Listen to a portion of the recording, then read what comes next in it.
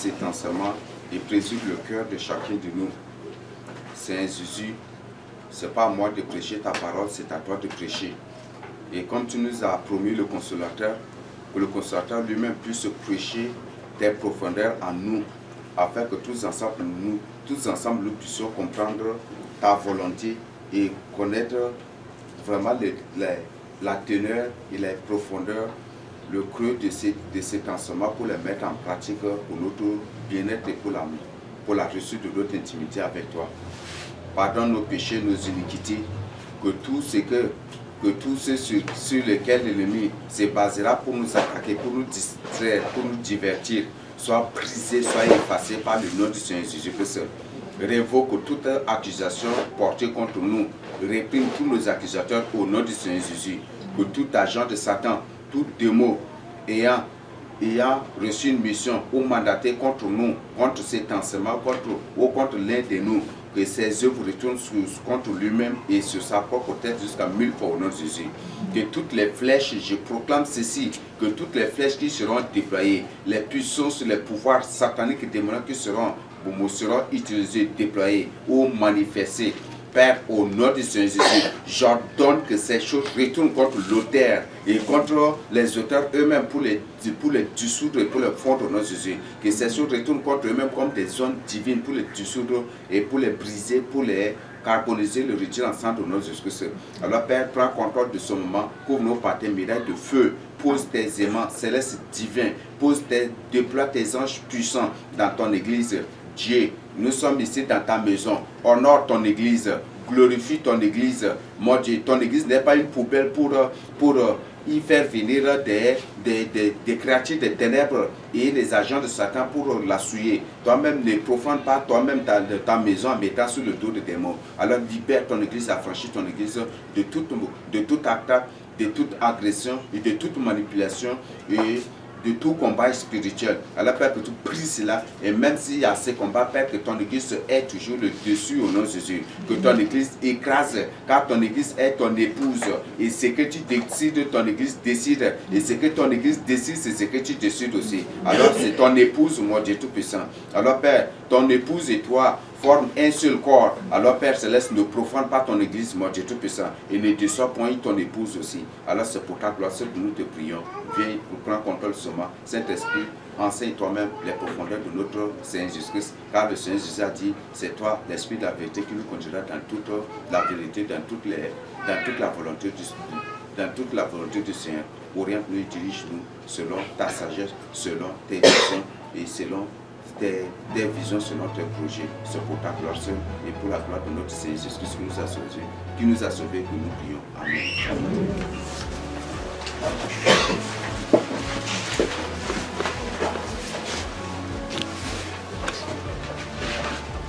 Ok, je rappelle le thème pour ceux qui viennent d'arriver. Le thème, c'est le combat spirituel. Un jour, c'est une nouvelle qui m'a beaucoup amusé. Pendant que les autres étaient en plein combat spirituel ici, on avait informé qu'il y a des gens qui sont venus avec voiture et qui étaient là dehors. Et il y a un qui était sorti pour aller voir la voiture là. Si ces gens sont là, et après il est revenu pour dire que mais il n'a pas vu la voiture. Oui, ici on parle du domaine spirituel. On parle du domaine spirituel, le combat. Ici même le titre dit que c'est un combat spirituel. Donc la Bible nous dit que les armes que nous n'avons pas lutté contre la chair et le sang, mais nous avons à lutter contre les princes, les principautés, les dominations, les sorciers, les agents de Satan, tous ces gens-là, même les entités marines, toutes ces entités, c'est contre ces entités, contre ces démons, contre ces agents de Satan que nous sommes en guerre.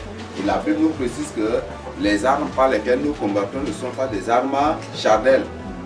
Si ce sont des armes charnelles, peut-être chacun aura sa machette ou chacun doit venir au moins avec sa machette, avec son épée, avec ses fusils. Et lors du combat spirituel, on va se mettre à tirer en l'air, c'est ce qu'on devait faire.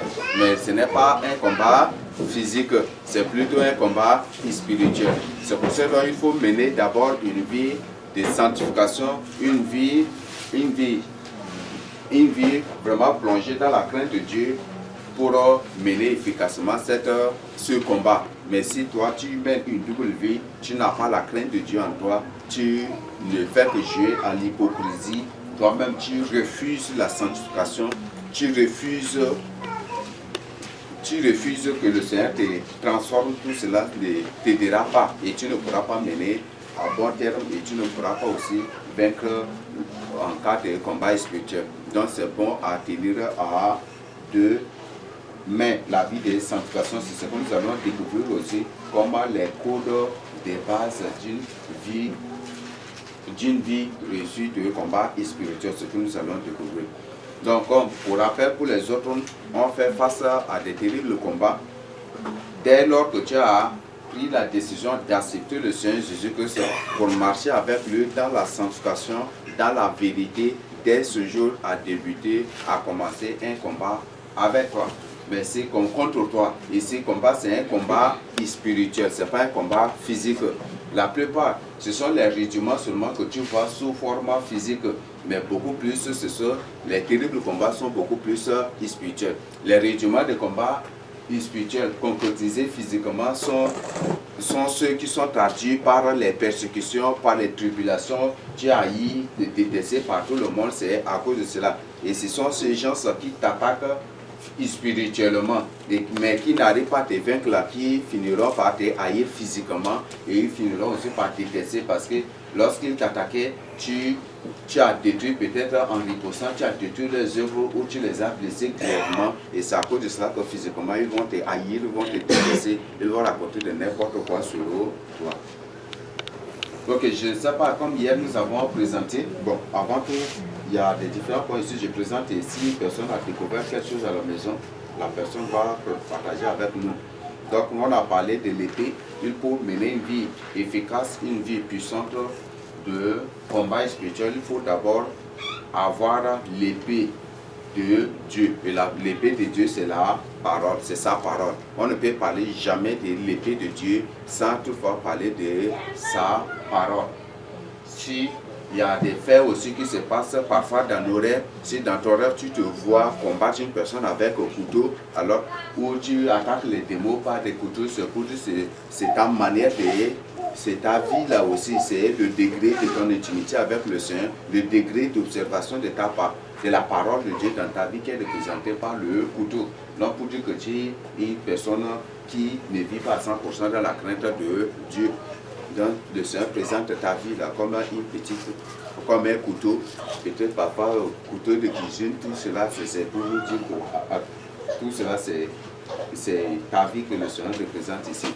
Nous avons parlé, nous avons défini ce qu'est le combat spirituel. On a dit que c'est un conflit ou une bataille contre le monde des ténèbres, entre la lumière, entre le monde des ténèbres et le monde de la lumière.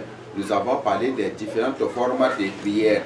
Donc on a parlé des prières d'intercession, la prière simple ou ordinaire. Nous avons la prière offensive, la prière défensive. Nous avons la prière d'autorité qui consiste à donner des ordres. Nous avons la prière agressive qui consiste à déchirer son cœur et parler de manière colériseuse contre le Seigneur, ou colériseuse envers le Seigneur et déchirer son cœur et lui poser des questions. Dire aussi ce qu'on ressent vraiment aussi au Seigneur. Nous avons les prières d'action de grâce. La prière d'action de grâce, nous avons parlé aussi de la prière prophétique, nous avons parlé de la prière par vœu, la prière défensive, nous les avons vues, nous les avons définies hier. Donc, heureux ou bonheur pour ceux qui étaient là hier. Nous avons aussi la prière de délivrance. Nous avons la prière d'adoration, la prière de proclamation, la prière de réclamation qui consiste à réclamer ce que l'ennemi a bloqué dans notre vie. Donc, il faut réclamer aussi. Peut-être le Seigneur t'a promis une bénédiction, il t'a envoyé une bénédiction que tu as vue dans une vision, tu dois réclamer. Nous avons la prière de restitution qui consiste à demander la restitution de ce que tu as perdu. Peut-être tu as un don, tu as reçu un don. et par la suite l'ennemi t'a volé. Il faut réclamer restitution. Et si tu n'es pas gentil avec le monde des ténèbres aussi, il faut réclamer dommage à intérêt par la suite aussi. Donc c'est ce qu'il faut faire. Et nous avons la prière de supplication, nous avons la prière de consécration et de dédicace. Nous avons la prière de bénédiction, la prière de malédiction. Nous avons la prière de confession et de repentance. Nous avons la prière en langue, la prière par les livres des psaumes et par les déclarations de Dieu lui-même. Nous avons la prière d'autodélivrance. Nous avons la prière de rappel qui consiste à rappeler tous les jours ou à insister sur les mêmes sujets pour que le Seigneur jusqu'à la satisfaction. Donc c'est ça, c'est ce qu'on appelle la prière par rappel. Nous avons prière d'exhortation. Donc parfois tu désignes personne pour prier, la personne se met à vous exhorter. Vous trouvez que ce n'est même pas une prière, mais c'est une exhortation qu'il donne. Mais c'est une prière. Et ne condamnez pas une telle personne parce que c'est l'Esprit Saint qui agit. Ça fait partie de la prière prophétique ou ça fait partie aussi de la prophétie. La personne peut se lever et exhorter, et dans ces exhortations, ça peut toucher beaucoup de gens. Même si ça ne te touche pas à toi individuellement, ça touche au moins une personne. Donc tout ce que le Seigneur dit, même un mot, repentez-vous là, si ce mot repentez-vous, ou cette phrase repentez-vous sort, si ça ne te touche pas, ça touche au moins une personne. L'Esprit ne parle pas en l'air, l'Esprit parle toujours en fonction de ce qu'il voit et de ce qu'il connaît. Nous avons la prière des menaces aussi. Donc nous avons vu aussi les exemples hier. Peut-être que tu as reçu une menace et tu dis, toi ce sorcier là, si tu es homme, tu m'envoies encore les flèches là, on va voir. Et là, ça fait partie aussi des menaces que tu lances d'abord. Aussi les prières d'intimidation. Donc c'est ce que nous avons vu hier. Et nous avons aussi abordé les types de prières au grand 3. Donc nous on a parlé des prières défensives. Donc prière défensive consiste à se défendre. C'est lorsque tu es attaqué, il faut chercher à riposter, à te défendre. Non, le Seigneur nous recommande de nous revêtir des armures. Les traits enflammés de l'ennemi sont envahis, mais comme la personne a le bouclier a barré ces choses-là et il n'est pas atteint. Et la personne est bien revêtue des armures célestes du Seigneur. Donc, c'est ce que la Bible nous recommande. Il y a certains qui ont des armures, mais beaucoup ont la moitié de ces armures et ce n'est pas vraiment bon. Ça ne te convient pas et ça ne convient pas aussi à un enfant de Dieu d'avoir la moitié de ces armures. Si tu as il faut avoir du casque jusqu'aux chaussures. C'est ce que le Seigneur nous recommande. Ce n'est pas de simples chaussures, mais jusqu'aux rangias parce que nous on parle de combat spirituel. Donc on ne peut pas porter comme une chaussure pour aller en guerre. Ok, donc ce sont là des choses que je voudrais nous rappeler dessus pour informer aussi ceux qui viennent d'arriver. Donc pour vous qui avez particulièrement mené des recherches ou que le Seigneur vous a révélé quelque chose, je nous accorde ce temps pour que vous partagez avec nous. Oui. Et concernant les armures là, j'avais suivi dans un témoignage, c'est dit que quand on adresse des prières à Dieu, les prières là s'élèvent comme des feux, ça part vers Dieu. Et là, Dieu existe, Dieu donne la bénédiction à l'ange. Donc notre ange gardien là, nous ramène la bénédiction. Et là, les démons vont identifier à voir est-ce qu'il est au complet. Si son armure la manque.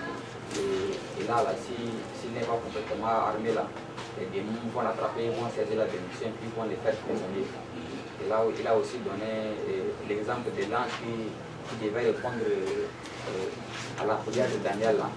Il a dit que le chef du royaume de Perse l'avait resté, bon, j'aurais le mot de jour là. Donc que si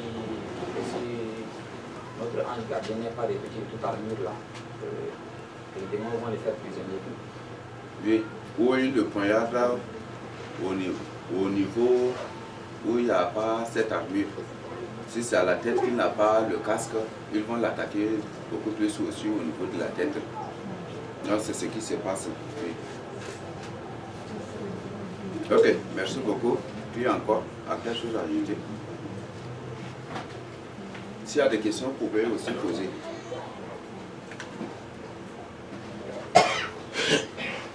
n'y a pas de questions aussi, on va... Oui.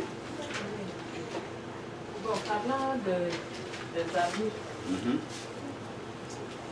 si l'ange n'est pas bien armé, et que s'il est attaqué, là c'est nous aussi qui sommes attaqués ou bien c'est... Si l'ange est attaqué? Oui. Oui. Si l'ange est attaqué, c'est que toi aussi tu es en danger. Et c'est toi qui mets cet ange-là aussi en échec ou en défaillance. Parce que l'ange est chargé de te protéger. Chacun a au moins des anges que le Seigneur déploie pour sa protection. Ne confondons pas les anges envoyés par Dieu et ces anges, les fameux anges gardiens que prône le pape. Le pape parle des anges gardiens, il ne parle rien que des mots et des esprits. Et ces anges gardiens couchent avec ceux qui sont à leur disposition ou ceux qui sont sous leur garde. Ce qui fait que le nombre de mots augmente au fur et à mesure dans le monde entier. Nous ne confondons pas les fameux anges gardiens avec les anges déployés par Dieu pour la protection de ses enfants. Oui. Mais maintenant, si les démons attendent les anges là, est-ce qu'ils peuvent l'éliminer? Les anges? Oui. Non, ils ne peuvent pas l'éliminer. Les anges, là, non, ils ne peuvent pas l'éliminer. Mais s'ils emprisonnent l'ange, c'est pour que l'ange soit retenu là pour t'attaquer ici. Parce que c'est cet ange-là qui est chargé de combattre et de veiller sur toi.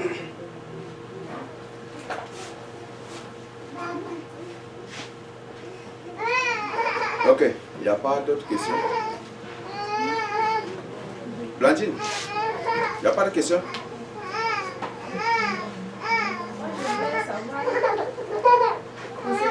Daniel qui avait prié et que les rois des Persémédères ont bloqué sa prière. Des Perses. Donc j'ai dit, nous aussi, si on prie et que, bon, c'est quoi exact? Parce que c'est notre vie qui n'est pas vraiment notre vie qui n'est pas normale avec le Seigneur, où l'ange bloque les anges, les démons bloquent nos prières. Ou bien pourquoi Daniel avait prié et que le roi des Persémédères ont bloqué sa prière jusqu'à 21 jours. Et après, il a dit que il a entendu ça dès le premier jour qu'il a prononcé sa prière, il a écouté. Mais c'est les rois des Persémédères qui ont bloqué l'ange là. Alors je pose la question ici, comme vous avez parlé de combat spirituel, est-ce que quand tu pries, tu vas d'abord armer les anges qui vont descendre pour t'amener la réponse à tes prières là, tu vas les armer, tu demandes les armures de Dieu pour qu'ils les couvrent avant de descendre pour te donner la réponse ou bien te venir en aide. Le problème se pose au niveau de soi-même. Daniel est né à Jérusalem. Il a été transporté aussi à Babylone. Il n'est pas né à Babylone. Donc lui-même, certainement, il a pris part aussi aux abominations que commettait le peuple. Et c'était après d'abord, il a pris conscience de cela. Et le Seigneur dit dans Exode 20, que si vous adorez d'autres dieux, je punirai vous et vos générations. Et la malédiction sera sur eux et sur leurs enfants. Donc si les démons s'étaient attaqués à la prière ou à l'ange envoyé par Dieu pour donner la réponse à sa prière, c'est pour dire qu'il y a quelque chose dans sa vie. Donc, comme lui s'était engagé dans la prière, le but de sa prière, je crois que c'est dans Daniel 9, non, où il priait pour pardonner, pour demander pardon. Il a prié pour demander pardon pour que le Seigneur ôte cette malédiction de leur père sur eux et aussi d'ôter leurs péchés. Et c'est dès le moment où il a fini son jeûne décrété que le Seigneur l'a pardonné, le Seigneur a résolu tout le problème et c'est comme ça qu'il a envoyé l'ange Michel pour venir délivrer l'ange Gabriel. Certainement, c'est l'ange Gabriel qui était envoyé pour répondre à cette prière. Donc chaque fois que toi tu pries, avant tout, la première des choses à faire, c'est de prier pour briser les liens, revoir ta vie, qu'est-ce qui ne marche pas dans ta vie pour résoudre ce problème-là d'abord. Mais s'il y a quelque chose sur vous, l'ennemi peut, sur ça, l'ennemi peut va se baser pour aussi s'attaquer à votre vie de prière. Donc c'est bon à insister, comme Daniel a insisté sur la même prière, il a insisté jusqu'à ce que le Seigneur ôte la malédiction et finalement les démons ont fini les démons ont fini par être vaincus. Oui. Donc c'est pour autant dire que chaque élu a un ange gardien qui reflète son état spirituel. Ange envoyé par Dieu, oui. Donc si ton état spirituel n'est pas bon, ton ange envoyé par Dieu te reflète. Oui, il sera faible aussi. Si tu es fort spirituellement, il sera fort aussi spirituellement. Et il y a des anges spéciaux envoyés par Dieu. Bon, ça on les appelle ce sont des anges qui viennent toujours en renfort aussi. Donc il y a ces anges-là, mais des anges qui sont chargés de te protéger, ça dépend maintenant de toi. Tu peux les chasser par ta propre vie, tu peux les neutraliser par ta propre vie et par ce que toi-même tu fais.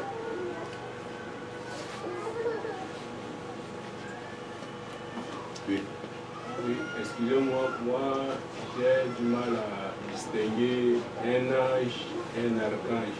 Et le problème, archange, parfois on dit archange Michael, parfois on dit ange Michael, parfois on dit ange Michel. Donc là, j'ai beaucoup de nuances. En général, on les appelle des anges. Et au sein des anges, maintenant, il y a une hiérarchie. Donc, des anges qui sont supérieurs, certains qui sont inférieurs, certains qui sont soumis aux autres, et il y a une hiérarchie comme ça. Donc, il y a des archanges, il y a des chérubins, il y a les séraphins, donc c'est une hiérarchie au niveau des anges. C'est bon?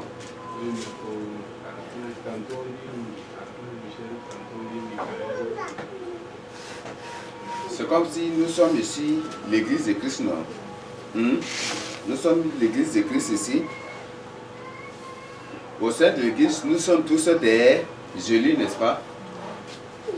Mais au niveau des hiérarchies, nous sommes différents des uns des autres. Donc, certains qui ont le don d'évangélisation, certains qui ont le don que le Seigneur leur a donné le don d'évangélisation, certains qui sont comme nous avons notre ministre de Défense, nous avons le berger, nous avons aussi notre ministre de Communication aussi quelque part là, que bientôt nous allons aussi le consacrer. Et donc ça, nous sommes tous des élus de Dieu, mais il y a une hiérarchie même au milieu de nous. Donc c'est la même chose que le Seigneur a fait aussi au ciel, avec les anges. Oui. Michael et Michel, ils sont les mêmes personnes. Oui. Ok, s'il n'y a pas autre chose, s'il n'y a pas autre question, nous allons avancer. Les éléments fondamentaux du combat spirituel. Soyons vraiment attentifs à cela et s'il y a des questions à poser, vous devez les poser. Les éléments fondamentaux du combat spirituel ou pour le combat spirituel. Nous devons avoir ces choses-là. Donc au point A, nous avons la vie de sanctification et de sainteté. Hébreux 12, 14 nous dit que Dieu nous a appelés à la sanctification, sans laquelle personne ne peut le voir. 1 Pierre 1 du verset, je crois c'est 15 à 16, qui nous parle de la même chose. Dieu est saint et il veut que nous soyons aussi saints comme lui. Il nous a appelés à la sainteté. Lévitique 11, 44 nous parle de la même chose, qui nous a appelés à être saints pour lui. C'est ce que Dieu dit. Si toi tu ne mènes pas une vie de sanctification, si tu ne mènes pas une vie de sanctification, ne tente pas de mener un combat spirituel. Prie juste pour ta protection seulement. Ça, c'est un conseil meilleur que je te donne. Mais si tu tentes, toi-même tu vas connaître aussi. Toi-même tu vas connaître, toi-même tu vas subir les conséquences. Et les conséquences peuvent être irréparables. Là, c'est très dangereux. Si tu ne mènes pas une vie de sanctification, une vie de sainteté ne mène pas un combat spirituel. Ça, c'est bon que nous voyons ces côtés. Mais si tu ne le fais pas et que tu tentes et tu verras. Tu sais, par exemple, tu vois une armée, un militaire bien armé, et tu te mets à l'attaquer avec à lui lancer des cailloux. Lui, il a des armes, toi, tu n'as que des cailloux. Lui, il est bien couvert. Tu lui lances des cailloux, ça ne marche, et ça n'aura aucun effet sur lui. Mais si tu tentes de l'accuser ou tu tentes de l'attaquer, comment tu feras? Et qu'est-ce que tu pourras faire? Rien du tout. Donc, il suffit que tu prennes son arme pour pouvoir il t'arrose seulement. Non, ne tente pas. Tu seras comme, je ne sais pas comment qualifier. Vous connaissez gazelle, non? Tu seras comme une gazelle qui veut attaquer un lion. Et comment ça va être possible? Oui, si tu ne mènes pas une vie de sanctification, tu seras comme une gazelle devant ces gens-là, ces démons, ces agents de Satan. Tu seras comme une gazelle qui veut attaquer un ours ou qui veut attaquer un lion ou un tigre ou un panthère. Et là, c'est très dangereux. Donc, c'est très important de mener une vie de sainteté. Et si tu n'acceptes pas de mener une vie de sainteté, ne le prie pas. Même si on donne des sujets de prière ici, prions contre ça, il faut fermer ta bouche et rester tranquillement. Ou invoque le sang de Jésus, c'est un couvre-moi, c'est ça, c'est qu'il faut faire. Mais il ne faut pas tenter du tout. Il ne faut pas tenter. Il ne faut pas tenter. Et ils peuvent créer quelque chose. Quand tu as osé faire cela, comme tu as osé faire cela, ils peuvent, si pas seulement prendre ton image et venir te trahir et t'avoir aussi. Et ils peuvent te posséder. Toute personne qui ne mène pas une vie de sainteté, une vie de sanctification, est possédable par des démons. Un démon aussi, même pas des agents de Satan aussi. Un agent de Satan peut se prolonger sur toi et te posséder, il va pour t'utiliser à ses fins. C'est lui qui est en toi et il utilise ton corps pour envoyer des pouvoirs, des puissances. Il attaque les gens et les gens vont dire que c'est toi, mais c'est venu de toi. Donc, est-ce que ces gens sont torts? Ils n'ont pas tort parce que la personne se trouve en toi et les choses la sortent de toi.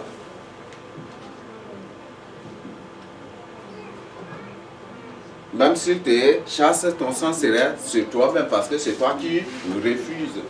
On t'a averti. C'est ce que Ézéchiel 3:17 nous dit. La trompette est sonnée, donc tu es alerté. Ne fais pas ceci, ne fais pas cela. Tu es bien informé, mais comme tu as refusé, tu es comme un méchant et si tu mets dans ta méchanceté, le Seigneur dit que tu ne seras pas sauvé. Et ces personnes, oui, ceux qui ont sonné la trompette sont justifiés par le Seigneur lui-même. Donc ça c'est très capital. Menons une vie de sanctification, une vie de sainteté. Faisons la volonté du Seigneur. Faisons vraiment la volonté du Seigneur. Mais si tu veux aller à gauche, aller à droite, j'ai l'hypocrisie. Ça c'est toi maintenant. Beaucoup qui parmi les élus de Dieu se montrent élus de Dieu, des enfants de Dieu, mais à la maison ou au quartier c'est autre chose. Si c'est ça ta vie, ne tente pas, parce que tu seras dessus, tu seras écrasé par les démons. Ok. Nous avons la vie de louange et d'adoration. Donc, on trouve que, naturellement, la plupart des gens qui mènent une vie de combat spirituel sont des gens qui sont doués dans la louange et dans l'adoration. Malheureusement, beaucoup d'entre nous ne savent même pas chanter. Beaucoup ne chantent que pour faire plaisir aux autres, parce qu'ils sont au milieu des autres. Au milieu des autres, donc il faut chanter. Et beaucoup ne chantent, mais c'est charnellement, ce n'est même pas spirituellement. Il faut que je chante tel chant pour que les autres savent que voilà, moi aussi je connais tel numéro. Et c'est ça. Et cela ne glorifie même pas le Seigneur. Le Seigneur a bien précisé dans Jean 4 que les vrais adorateurs adoreront le Père en esprit. Si tout ce que tu fais, ta louange, tes adorations, si c'est fait charnellement, c'est que c'est en honneur de Satan. Tout ce qui ne glorifie pas, Dieu glorifie Satan. C'est pas loin d'être un adorateur de Satan. Donc faisons vraiment attention. Donc menons une vie de louange et d'adoration. Et c'est des gens c'est des gens aussi qui ont toujours l'inspiration. Qui ont toujours l'inspiration des chants. Quand ils se mettent à prier un moment, des chants nouveaux viennent. Et ils se mettent à chanter, c'est des chants que tu ne vas trouver nulle part. C'est l'Esprit Saint qui leur révèle, qui leur inspire ces chants-là. Donc, en d'autres termes, on trouve que c'est des grands compositeurs aussi. Donc, c'est très important, comme nous sommes déjà informés, c'est à nous maintenant de cultiver cela. Il faut mener une vie de sainteté, une vie de sanctification. En menant seulement une vie de sainteté, tous les jours là, tu seras dans la louange seulement, dans l'adoration. Quoi que ça soit, tu seras toujours dans la joie. Et tu vas toujours louer le Seigneur. Au point C, nous avons la méditation de la parole de Dieu. Nous avons dit que la parole de Dieu, c'est une épée vivante, non? À double tranchant, c'est ce que Hébreu 4.12, non? C'est Hébreu combien? 4.12, non? Oui. Qui nous dit cela. Donc, la Bible nous précise que sa parole, c'est une épée. Donc, il faut méditer cette parole. Tu dois méditer la parole de Dieu. Je ne t'ai pas demandé de lire un verset par jour. Il y a des gens qui lisent 5 versets par jour et ils disent qu'ils font aussi ça. Ça ne t'aide même pas.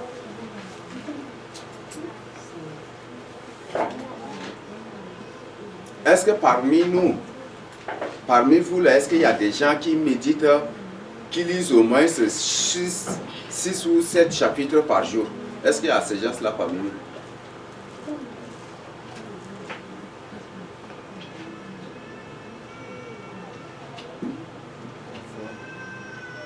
Non, j'ai dit par jour, pas parfois. Oui. Mais comment vous serez puissant? Comment vous serez efficace? Comment vous aurez la force?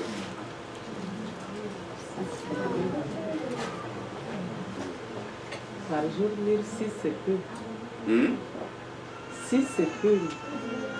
6 c'est peu. Peut-être tu peux t'organiser, lire dans la matinée et peu dans la soirée avant de dormir, mais c'est juste un exemple que je donne, 6 ou 7.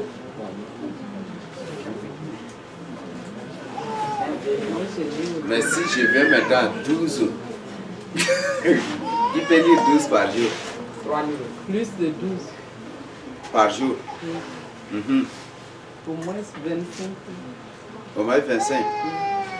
Et ben, t'as toi aussi? Oui. Qui encore? 3. Voilà, ce qui nous rend impuissants devant le Seigneur, c'est parce que nous ne méditons pas sa parole. Investissons-nous vraiment dans la méditation de la parole de Dieu. Ça va beaucoup nous aider.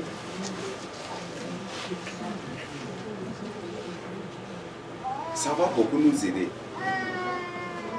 Une personne qui veut vraiment mener une vie spirituelle, efficace de combat spirituel, doit s'investir dans la méditation de la parole de Dieu. Doit lire la parole de Dieu. il doit méditer la parole de Dieu. Il y a ce qu'on appelle la lecture et il y a la méditation. Mais nous devons méditer la parole de Dieu. Peut-être on parle de 12 ou de 20, mais on ne sait pas si c'est une lecture ou c'est une méditation.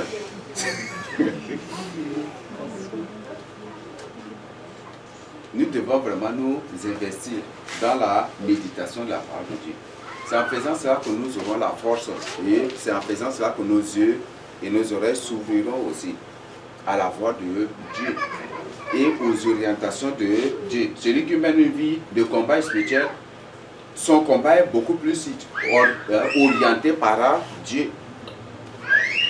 Lorsqu'il se met à prier, c'est l'Esprit qui lui oriente ça, et lui ne fait que suivre les directives et les orientations. Mais si tu ne connais pas la parole de Dieu, tu ne médites pas la parole de Dieu. Et même, on dit que la parole de Dieu, c'est l'épée. Les versets bibliques aussi sont des épées. Il faut réciter les versets bibliques aussi pour appuyer la prière.